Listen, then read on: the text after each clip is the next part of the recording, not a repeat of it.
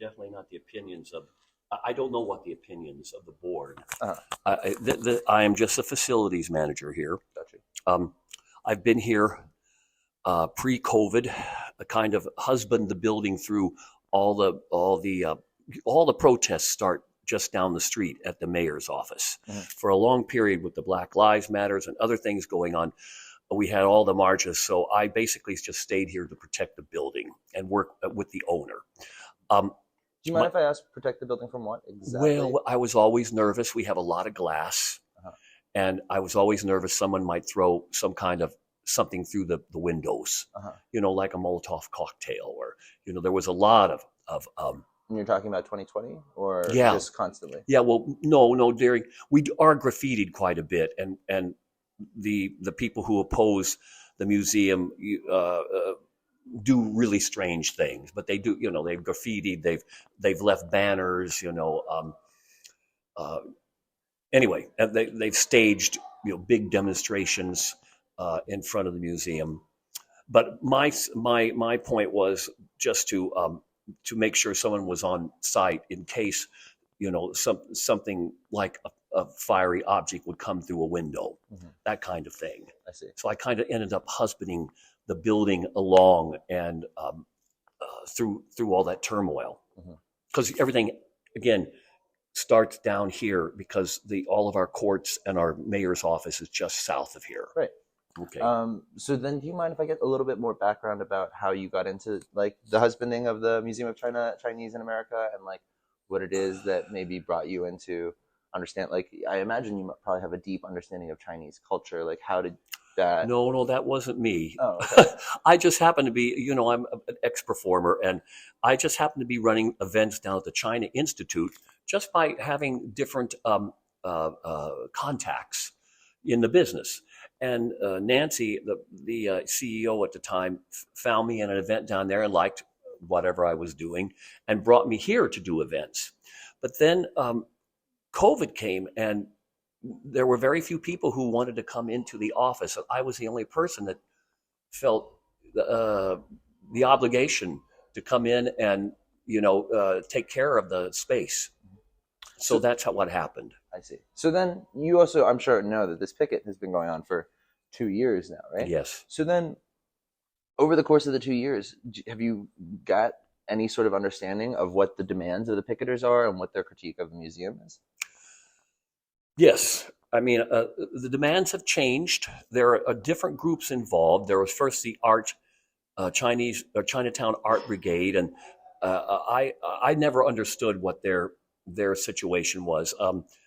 The big point was that Nancy was able to get this grant from the de Blasio administration to help to buy the building and then to expand it into a complete Chinese museum with a community center. There was going to be a genealogical center. There was going to be a theater. There was going to be 2 floors for education, a cooking floor. She's developed this, and they've designed this with Maya Lin. And you know who Maya is, right? No, I don't actually. Well, she's a very famous Chinese architect designer who, on a blind contest years ago, back in my day, she was awarded the design of the Vietnam Memorial in Washington, the big, beautiful black glass wall with the names of all the people who've died in Vietnam. So she's quite well known, and they have worked very closely together, and also with R.A., who designed the African American Museum in D.C. to design a whole new museum. Now, there was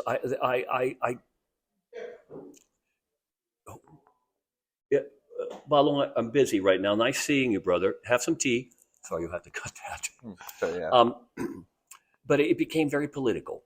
Okay, so our local borough president, Gail Brewer, and Margaret Chin, who was our city council representative at that time, managed to get Nancy to de Blasio. And because de Blasio was looking for some community groups to give money to soften the blow of having this new jail construction down the street. To soften the blow of Well, right, the Chinese, especially in Chinatown, feel very marginalized, and that nobody looks out after their interests, because there's been a jail down the street since 1735, and That's the Tombs? the tombs, yeah, and they are now deconstructing the tombs, and they're going to build another, probably far too large jail there, or that's the dream of the city's dream. I'm not. I don't know enough about it to know one way or another. But a lot of Chinatown feels that the jail is going to impact badly on them. So there's that, and that's a Chris Marte issue. And Christopher is really the person behind the protests. It's his staff. Now, Yolanda, I don't think it's an official member of his staff, but they're the ones driving this. So basically, they're always said they weren't being paid, but they are being paid. They're actively on Christopher Marte's staff, and they come out 3 or 4 times a week to. Sorry, who is Christopher Marte again? He's a councilman? He's our council person. Hold on one second. He just got reelected. This is Christopher. So you're also telling me that Christopher Marte pays his staff to turn up to protests outside of your building? Absolutely. And what is he trying to achieve with these protests? We don't know. That is my big question, is what is his end game? He comes out himself. I mean, I've got pictures of him. We all have pictures of him, and we have many pictures of the protesters.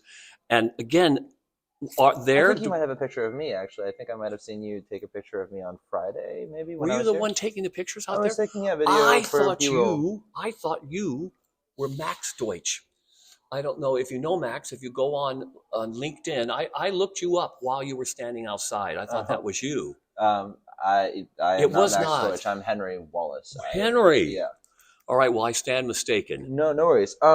So you're saying that this protest is not representative of Chinatown, and it's representative of a council members paid. You're saying that there are paid two. Protesters? That's our belief. They sign in, they sign out religiously. I was on the wall out there. I was a security guard for over a year, and just greeted them every morning.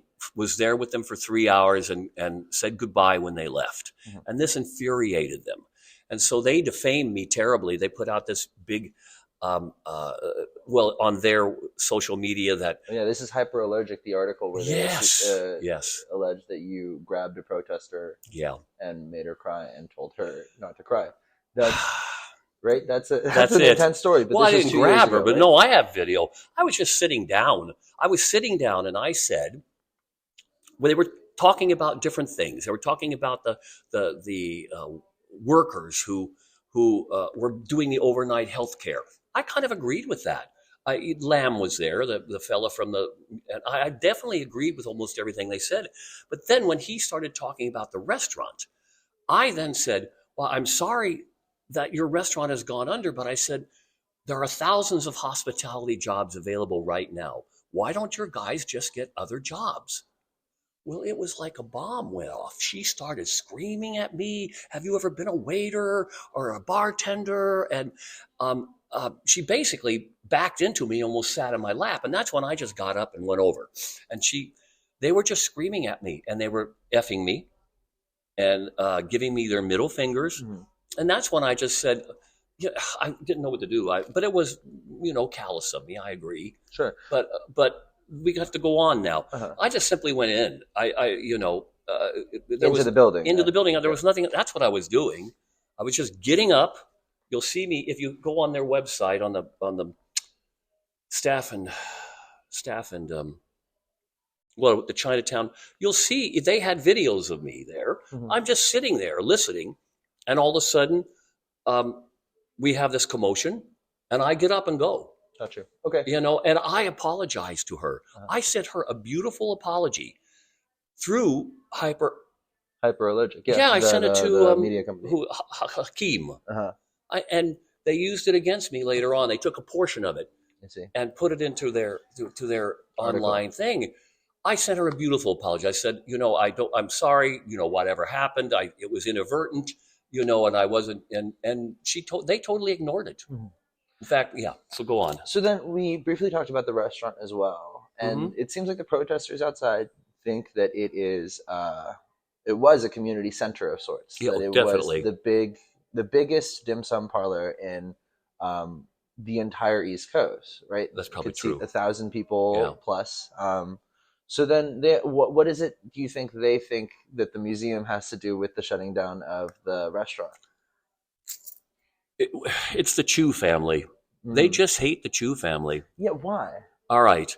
So Jonathan's father, there was another unionized restaurant in Chinatown called the Silver Palace. And it was over where now stands the 50 Bowery Hotel, which is also owned by the Chus. And for some reason, that particular restaurant, is back in the 1980 or so, before I even got here, it closed for whatever reason. I have no idea.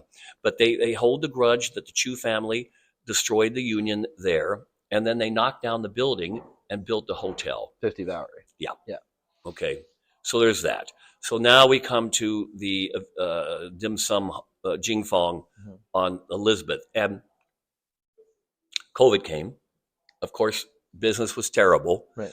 I don't know any of the specifics. I know I was told that Jonathan gave them a year's free rent. But at some point, the Lam family, which owned the franchise, decided to leave. Now, they say that they didn't really decide to leave, that Jonathan forced them out. That's their contention. Okay, so, yeah, and it's just so odd that they would open up across the street. Because several of their waiters who work over there actively come over and protest before they go to do their luncheons. I see. So the waiters there also sort of feel like they have a grudge against them. Yes. Gotcha. But none of us have anything to do with it. I mean, nobody working in the building is involved with displacement or gentrification or racism. There's been I'm the face of sexism, I guess, because they were able to use that one touch as some kind of leverage against the museum. So then I guess I have more questions specifically about the Chu family, right? Jonathan Chu sits on the board of directors for the museum. He was a co-director. Got you. He was. So he's been brutalized by this too. I mean, they've been. When you say brutalized, you mean like they've been attacking him physically, or no? But they've harassed his children, and there was a point where the owner of the building, whom I can't divulge who that is, but he is not Chinese, and I got together and we got involved with the local police because of the drumming. Now, they used to come out for a year and they would drum outside for 3 hours a day. And it drove the street crazy. And we were under so much pressure to come up with some solution because of the drumming. I mean, it was really obnoxious. So eventually they started getting summons from the police, and they were using amplification. And that's not allowed. And they got very upset with us because several of them got summons and they got their drums taken away. So there was that. And they blamed that on Jonathan and Nancy working with the police to harass workers and seniors. And that's all made up. I haven't harassed anybody. I have been harassed. And it was the owner and I who got the police involved. And I made all the official complaints. I'm the one on record with multiple complaints against them. Gotcha. I see. I understand. So then, I guess from just my brief interview with them on Friday, it seems like they view this museum as a sort of false representative of the community, in the sense that where Jingfeng was a community center that shut down, and they see Jonathan Chu responsible for that. Yes. And then this was later created, right? This museum is now taking the grant from the de Blasio administration of the $35 million, and it is to soften the impact of the jail in Chinatown. They see this as a sort of sellout. This is at least when I was there on Friday, it seemed like their main complaint is that they feel Jonathan Chu and Nancy, I forget her name, Nancy Yao, took the $35 million grant and sold out Chinatown. Do you have any way to God, dispel that? I don't understand why they would say that. I mean, we are totally open. We are a free museum now. I run it like a community center. We have several partners that give classes all over the building.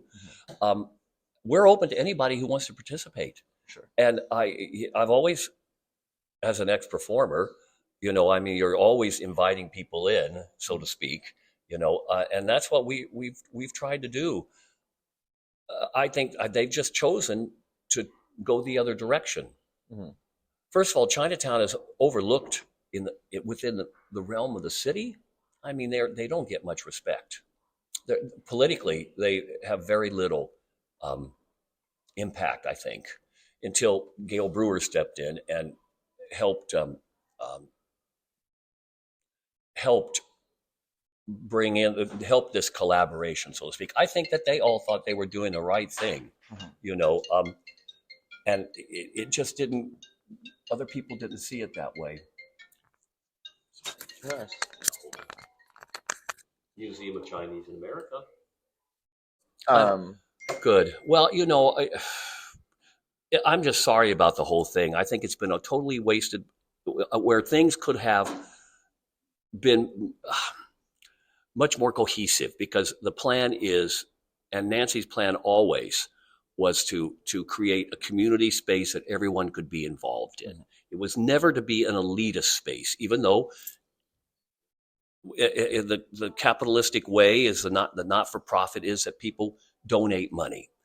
I think, first of all, many of them are communists, correct? They're communists? Absolutely. Yolanda Zhang is from China. She studied Marxism at McGill University. Then she came to New York. She is an avowed Marxist. Who else? Mahir Rahman. He's Pakistani. He was one of our initial thorn in the sides. He's Pakistani, so I don't know, but he's quite radical. If you go on his Facebook, you can see exactly what we're dealing with.